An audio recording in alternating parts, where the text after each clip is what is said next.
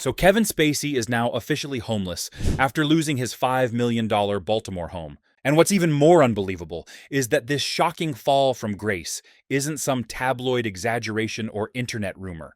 It has been directly confirmed by CNN itself in a report published on November 20th, 2025 at 8:18 a.m. ET. A headline that instantly sent shockwaves through Hollywood and left millions of people asking the same question. How did one of the most powerful men in the entertainment industry reach a point where he has no home left? The truth is darker, heavier, and far more dramatic than anyone imagined. Because this story didn't come from an anonymous source or leaked court document, it came straight from Kevin Spacey's mouth when he confessed on camera, "Where I have been living in Baltimore is being foreclosed on. My house is being sold at auction." Hearing those words from a man who once owned multi-million-dollar penthouses across Los Angeles, Manhattan, and London feels surreal, almost movie-like.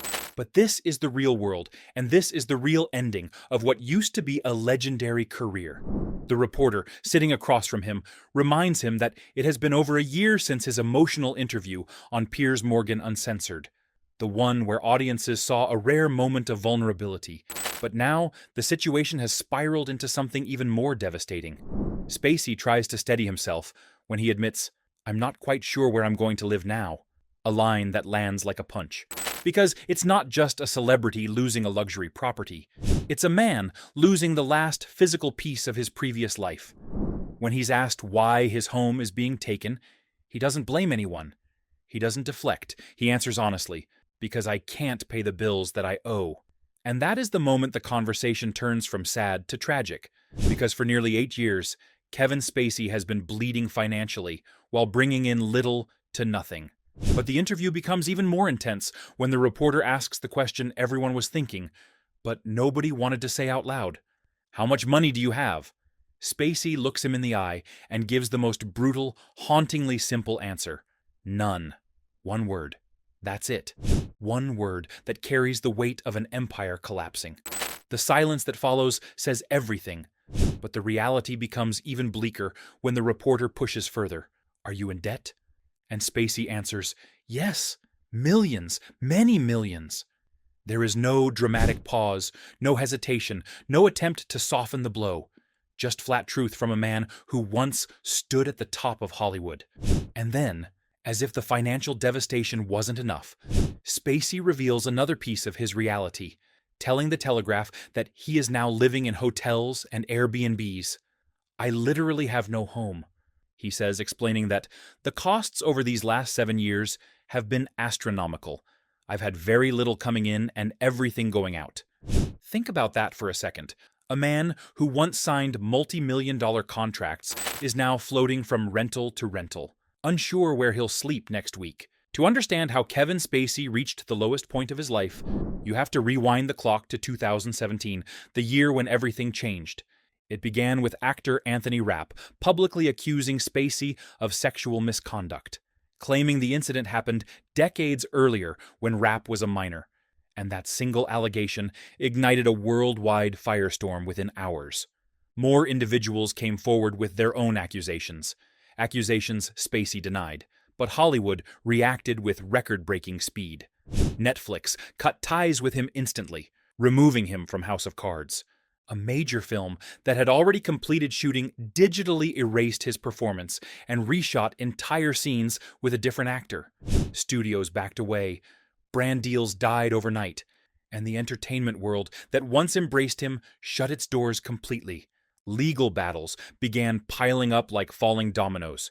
Cases in the United States, cases in the United Kingdom, and each one drained more money, more time, more emotional and financial energy. Even before the first major trial opened, Spacey had already lost millions. Years later, the world watched closely as he stood trial in London, facing multiple allegations. The courtroom tension was intense, the media coverage relentless, and the pressure suffocating. But after the long and dramatic trial, the jury found him not guilty on all 9 sex offense charges. And when Spacey walked out of the courtroom, legally cleared, he seemed relieved, saying, "I am humbled by the outcome today, enormously grateful to the jury for having examined all the evidence carefully. But even though he won legally, professionally, he had already lost everything. Hollywood didn't welcome him back, studios didn't call, producers didn't want the controversy, and the damage had been done long before the verdict. After the trial, Spacey retreated from the public eye.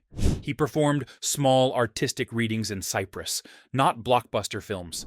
His income was minimal, symbolic at best, and the debts from years of attorneys, crisis teams, investigations, filings, hearings, and private legal advice kept mounting.